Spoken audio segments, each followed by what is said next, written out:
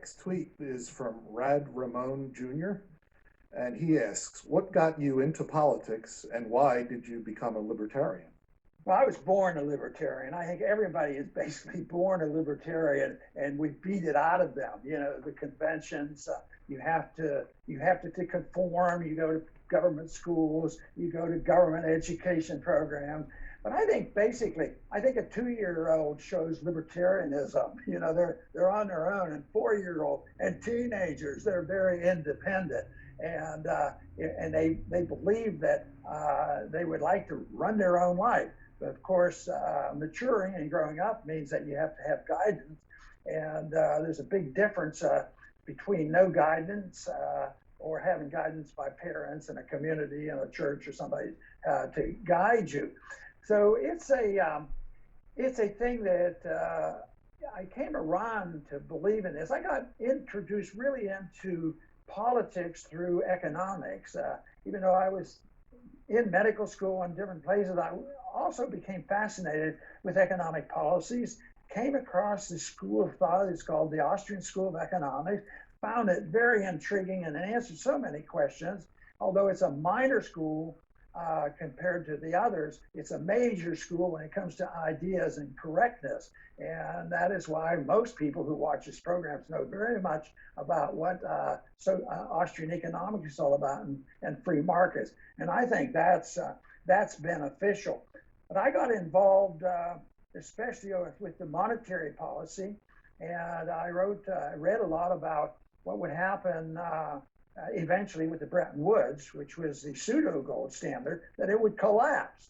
So when it did collapse, as by that time many libertarians who were the only ones who were saying the collapse is coming, it's going to be bad. So I happened to be listening and watching television August 15th of 1971, and Richard Nixon comes on with an emergency announcement. He's closing the gold window, raising taxes. There'll be import taxes, and they'll close the gold window. We're going to get off the gold standard for good, and have tariffs. And I thought that's horrible, horrible. And the next day, I was at a Chamber of Commerce meeting. I was a member there, just trying to keep up with what the community was doing, and they strongly supported this. I said, what are you guys doing? This is bad. This has nothing to do with free enterprise. But anyway, they were excited about it, and I thought it was a disaster. And interestingly enough, that next day, the stock markets went up a record level in one day, and it was like 38 points. That was a record back then. And so the business community was all for it and thought it would solve the problem of the inflation that we have and put the wage and price controls on. So, but then, you know, as time went on, it only took 6 months or so later, the wage and price controls were a failure, and people were knowing there was a major problem. The inflation got much worse. And I thought, well, you know, they're not even talking about what I think they ought to talk about. They ought to talk about monetary policy. But, you know, I went outside my house. I waved a flag. I said, I want to talk to you. Come here, talk. Nobody came. Nobody wanted to listen to my stuff. So I decided, and that was in 1974, and that was during the Watergate year, and nobody wanted to run as a Republican. There were only 3 Republicans in all of the Texas delegation. So I said, I'll do it. So they encouraged, yeah, just put anybody we can get on there, and he's foolish enough to do it. So, you know, I went and got on the ballot and did speak out and didn't do much, but there was an unusual thing happened. And the unusual thing was the person I ran against shortly thereafter retired. So there was a special election, and special elections are different. And even though it was a small little turnout, they always assume, well, it's a Republican district. A Democratic district has always been, and we don't know this guy, so what?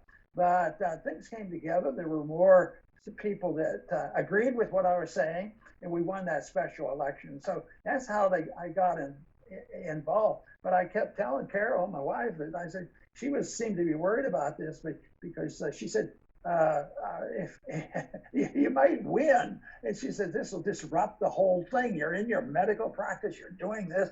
I said, I just want to talk a little bit because I think they're going in the wrong direction. I think they're going to run up a lot of spending and all this. So anyway, I got shorter. I said, don't worry about it, Carolyn. They're not going to pay any attention. I said, they're not going to vote for somebody who wants to get rid of Santa Claus. And she says they're going to vote because they're sick and tired of hearing the nonsense, and they'll know you're giving them a straight scoop. She actually turned out to be right, and I was shocked, and ended up winning that election, and been involved since in different ways. I've been in and out of Congress, but I still had the basic thought that the principles are important. The principles of liberty are important. Libertarians knew that. They actually had a principle, and they call it the non-aggression principle. And that is the reason that, I kept talking. I figured, well, then I got elected, and I thought, well, what I can do, nobody's going to pay any attention now, but what I need to do is set a standard on how you should vote if you'd happen to fall upon that document called the Constitution. And of course, it was a lonely thing. Some taste, I just voted all by myself. I'm thinking so I'd set up a record. But that all changed in 08 and 12 when a few people talked me into running as a Republican. And that to me was a shocker on how well we did and how many people had come around to looking at government the way I and my friends and the libertarians had looked at it, and even people who didn't even know much about libertarian, conservative, constitutionalist, limited government people, which included many progressive Democrats too, because a good progressive Democrats will protect civil liberties, and they will have a much closer viewpoint about non-interventionist foreign policy. So I found this a surprise, and stayed there a while, maybe too long or so. But this is still my interest. This is why I do programs like this. This is why I have the Liberty Report, trying to reach people. And in this day and age, they need information and try to understand, not only understanding what the mess is out there, is what should a libertarian do with a free market, libertarian principles do to try to solve these problems. And that's not complex either, because all we have to do is quit doing what we're doing, because the government's creating all this mess. So if people understand that, the solutions aren't that difficult. So I got into the basic answer is I got involved because of economic policy, but it eventually changed into realizing that the issue of liberty is the issue, and that incorporates sound money and balanced budget. But the real issue is liberty, and that is self-reliance and responsibility, and of course, occasionally paying attention to the Constitution, but I didn't get too much help on that. Okay, that's another segment. I'm going to stop this one now.